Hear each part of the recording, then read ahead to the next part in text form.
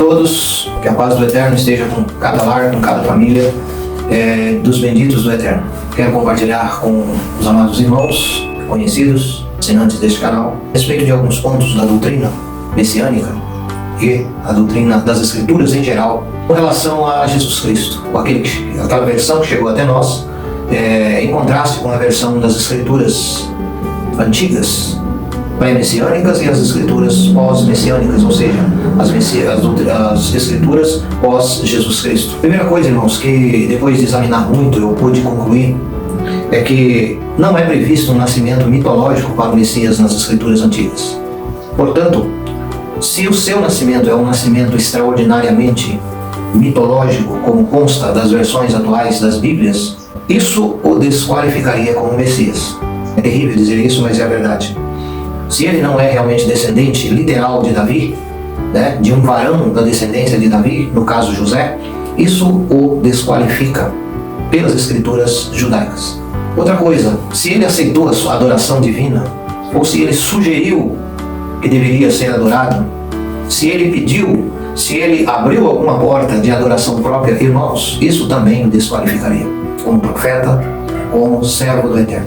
Quem, na verdade, irmãos, quer abertamente ser adorado sem ter qualificações, e ninguém tem qualificação para ser adorado, por mais que seja qualificado, só o Eterno tem que ser adorado, e nosso Salvador ensinou isso, que isso fique bem claro.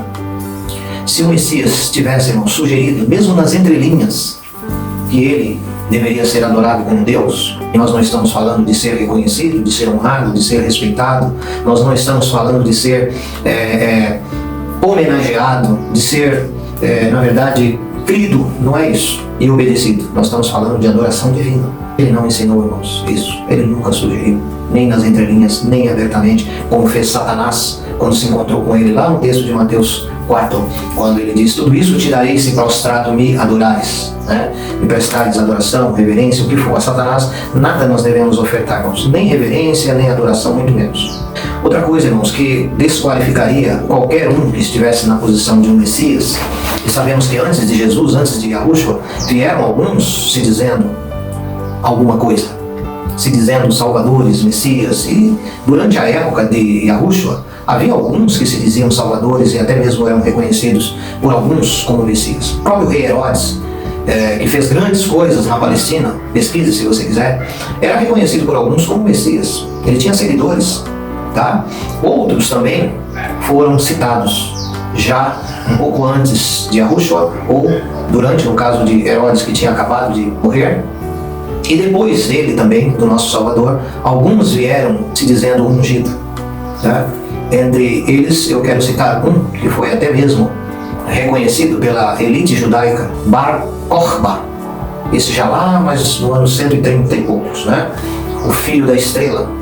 Ele foi reconhecido por alguns como Messias. Na verdade, foi um guerreiro que tentou a libertação da Palestina, dos judeus, e infelizmente causou a morte de milhares e centenas de milhares de israelitas. Portanto, irmãos, que fique claro, que Yahushua também quebrou a lei e a Torá, ele estaria desqualificado. Há quem diga que ele quebrou a lei. Irmãos, como é que você vai quebrar a lei do Eterno e dizer que está com ele, que é dele, que faz a vontade dele? Seria um disparate, algo realmente inconcebível para alguém que se dizia ungido da parte do Eterno, se ele tivesse quebrado qualquer ponto da lei. O que ele fez, irmãos, foi corrigir. O que ele fez foi aprofundar a Torá, a lei do Eterno. O que ele fez foi cumprir também, é o caso dos sacrifícios de animais, que todos apontavam para ele, para a sua obra, para o seu martírio, tal qual o Cordeiro de Deus. Então, um nascimento mitológico desqualificaria. O Messias tinha que ter um nascimento de acordo com a Torá. E os apóstolos criam e pregavam esse nascimento natural. Numa outra oportunidade nós vamos falar de onde veio, de onde vieram as outras versões da origem de Jesus e Yahushua, que dizem que é a versão correta e melhor. Só que desqualificaria, se fosse verdade, obviamente.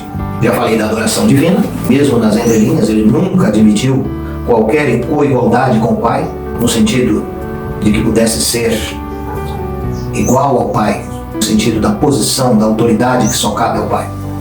Muitas vezes nosso Salvador foi claro de dizer que haviam coisas que só o Pai sabia. Inclusive a data da volta do Messias. Nem ele disse que sabia, nem o Filho, ou seja, ele, saberia a data.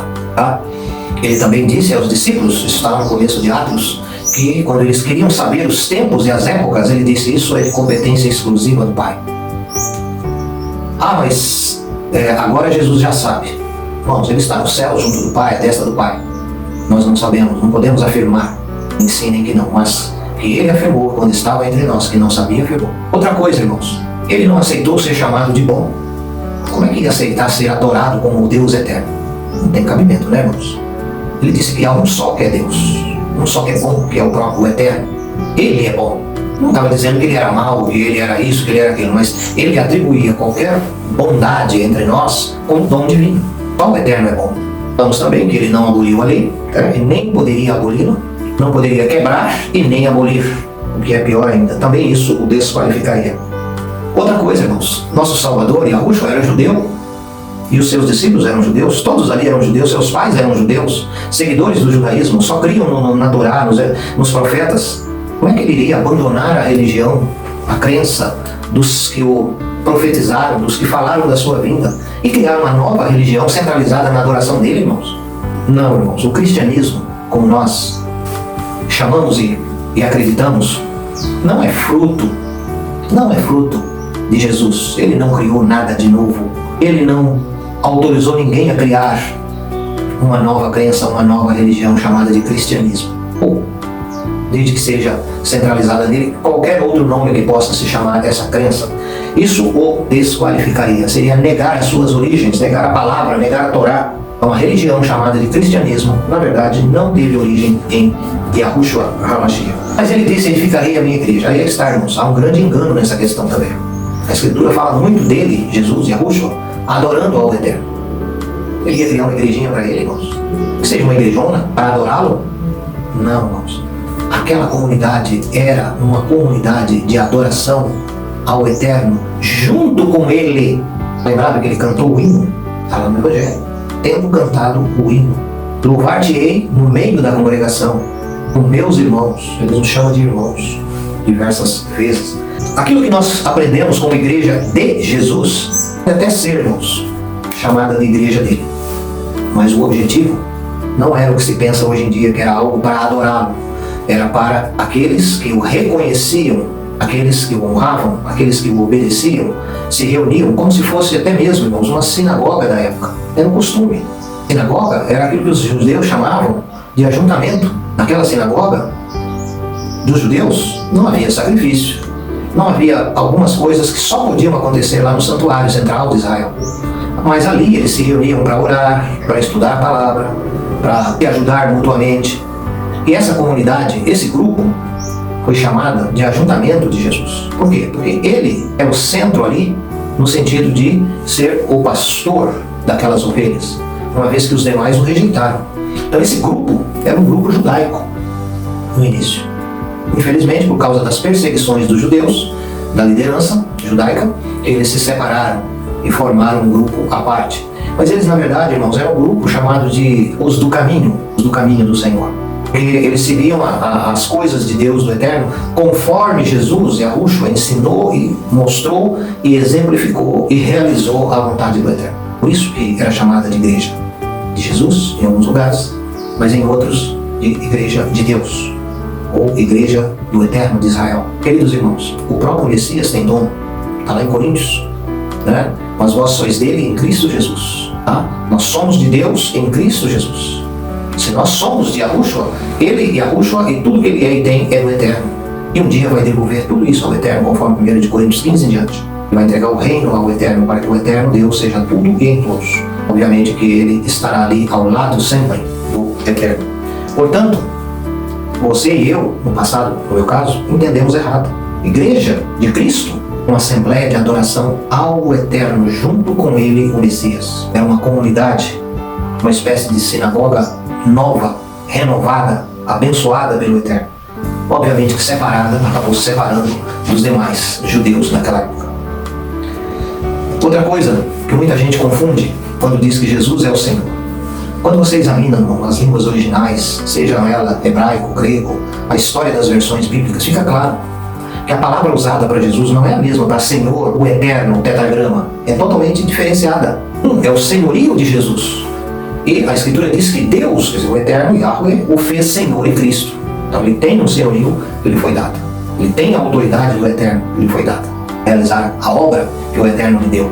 Mas as Bíblias, em inúmeros lugares, os tradutores fizeram uma coisa muito feia. Trocaram o nome do Eterno, tetragrama, e aí não importa a pronúncia que você usa, Jeová, Javé, Yahweh, pelo título Senhor. Mas em hebraico, esse título Senhor é Adonai. E Adonai? Adonai é um título divino que os judeus usam. Adonai é igual ao tetragrama. Mas e a palavra Senhor? Aí é que está. Em grego, Kyrios. Senhor no sentido geral. A Escritura fala que há muitos senhores. Obviamente que não para nós, não para a nossa fé, não é nesse sentido. Mas senhores aí fora, na política sempre houve imperadores. Eles eram senhores. Adon em hebraico, não Adonai. Então, quando você lê a sua Bíblia e aparece a palavra Senhor, você precisa ver o contexto. Se estiver falando do Eterno, ali é Adonai. Na origem, lá atrás. Para nós hoje, parece a mesma coisa. Mas Adonai não é o mesmo que Adão. Adão pode ser um rei, um príncipe. Adonai é só o Eterno. Então, irmãos, por isso que algumas versões, pelo contexto, colocaram Jeová no lugar de Senhor no Novo Testamento. E isso está correto. Algumas Bíblias colocam uma observação em nota de rodapé, mas ninguém quase lê isso. Outra coisa, irmãos, o uso de Senhor em maiúscula ou não. Algumas versões usam Senhor, tudo em maiúscula, para o tetragrama, ou seja, Yahvé, Yahweh, o Eterno, Elohim, o Criador de todas as coisas. Mas também a palavra Senhor, só com o S primeiro maiúsculo, Senhor, para falar de Jesus Cristo e de outros senhores. Tá? Mas isso também muitas vezes não é percebido pelo leitor, pelo estudioso da Bíblia, porque ele não tem uma base, não tem uma preparação para isso. Isso, irmãos, criou uma grande confusão, uma mistura de que Jesus é o Deus do Velho Testamento. Como é que ele é o Deus do Velho Testamento? Se o próprio Deus do Velho Testamento é quem o constitui Senhor e Cristo. Se tirar o Eterno de Israel, ele não é nem Senhor nem Cristo. Se não é Senhor nem Cristo, o que você estaria fazendo seguindo? Preste atenção, irmão. Nós não somos contra nem o Eterno e nem o Messias, somos a favor de ambos. Mas cada um tem a sua função, cada um tem a sua prerrogativa nas Escrituras. Cabe a nós aprendermos, passo a passo, a separar Adon de Adonai. Então, Adon pode ser qualquer Senhor, inclusive Cristo, se o contexto é esse. Mas Adonai se refere às 4 letras hebraicas, Yud, Re, Vav, He, onde nós temos aí Yahweh. Que o Eterno nos abençoe e nos ilumine cada vez mais. Eu espero que, se você não entendeu, que na descrição do vídeo, etc., isso possa ser esclarecido não só por mim, mas por outras pessoas de bom coração e que tenham entendimento desse assunto que estamos aqui procurando esclarecer. Que o Eterno te abençoe e te guarde.